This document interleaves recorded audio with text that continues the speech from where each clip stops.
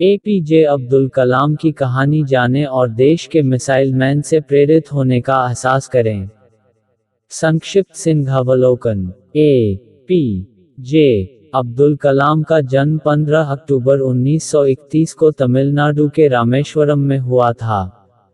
भारतीय वैज्ञानिक अब्दुल कलाम ने देश के मिसाइल और परमाणु हथियार कार्यक्रमों को डेवलप करने में प्रमुख भूमिका निभाई।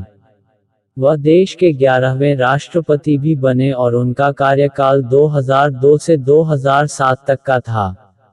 शिक्षा और शुरुआती करियर। अब्दुल कलाम ने 1957 में मद्रास इंस्टीट्यूट ऑफ टेक्नोलॉजी से एरोनॉटिकल इंजीनियरिंग की डिग्री हासिल की। इस डिग्री को हासिल करने के बाद वह 1958 में defence research and development organisation (DRDO) में शामिल हो गए। 11 साल बाद कलाम ने बेहतर संस्थान का रुख किया और Indian space research organisation (ISRO) में शामिल हो गए। वह के प्रोजेक्ट डायरेक्टर रहे। यह ध्यान देने लायक बात थी क्योंकि पहला सैटेलाइट लॉन्च व्हीकल था जिसे भारत में डिज़ाइन किया गया था और बनाया गया था। हालांकि 1982 में कलाम ने एक बार फिर DRDO में काम करने का फैसला किया।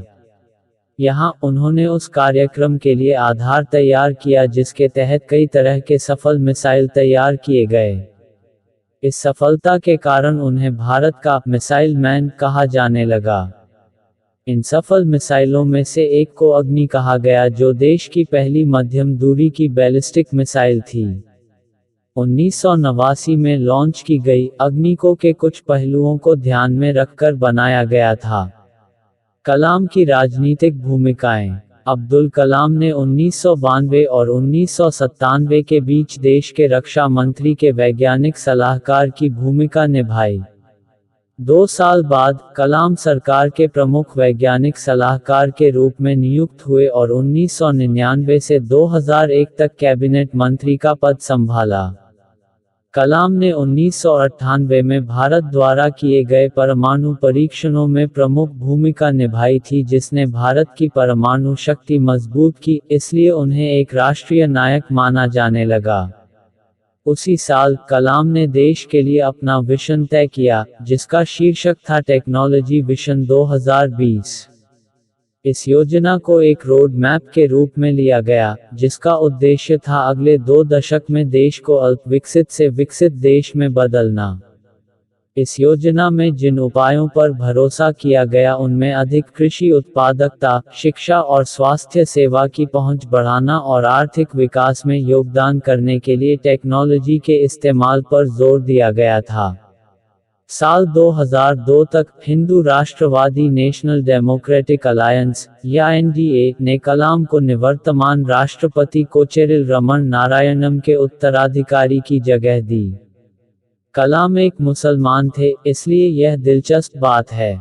इसके अलावा, कलाम का नाम का प्रस्ताव इंडियन नेशनल कांग्रेस ने भी किया था, जो NDA की विरोधी पार्टी था। वह बेहद लोकप्रिय थे इसलिए भारी बहुमत से चुनाव जीते।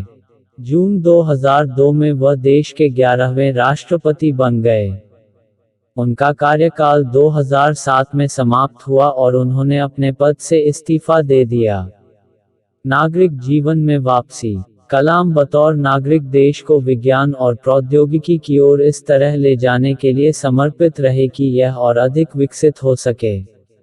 उन्होंने कई विश्वविद्यालयों में कई व्याख्यान दिए और अनगिनत छात्रों को प्रेरित किया। वह 27 जुलाई 2015 को शिलोंग के भारतीय प्रबंधन संस्थान (IIT) में लेक्चर देने के दौरान गिर पड़े।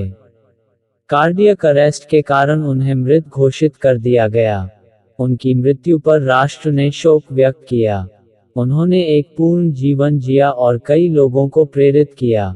उनके वैज्ञानिक योगदान के साथ साथ भारत को एक देश के रूप में आगे बढ़ाने के उनके प्रयास को कभी नहीं भुलाया जा सकेगा। निष्कर्ष।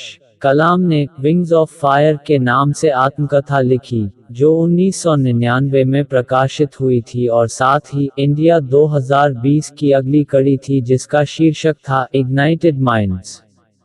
इनके अलावा उन्होंने कई किताबें लिखीं। इन किताबों को हर किसी को वैज्ञानिक सोच की अपील को देखने और एक राष्ट्र के रूप में आगे बढ़ने के लिए इसका उपयोग करने के लिए एकजुट करने के लिए डिज़ाइन किया गया था।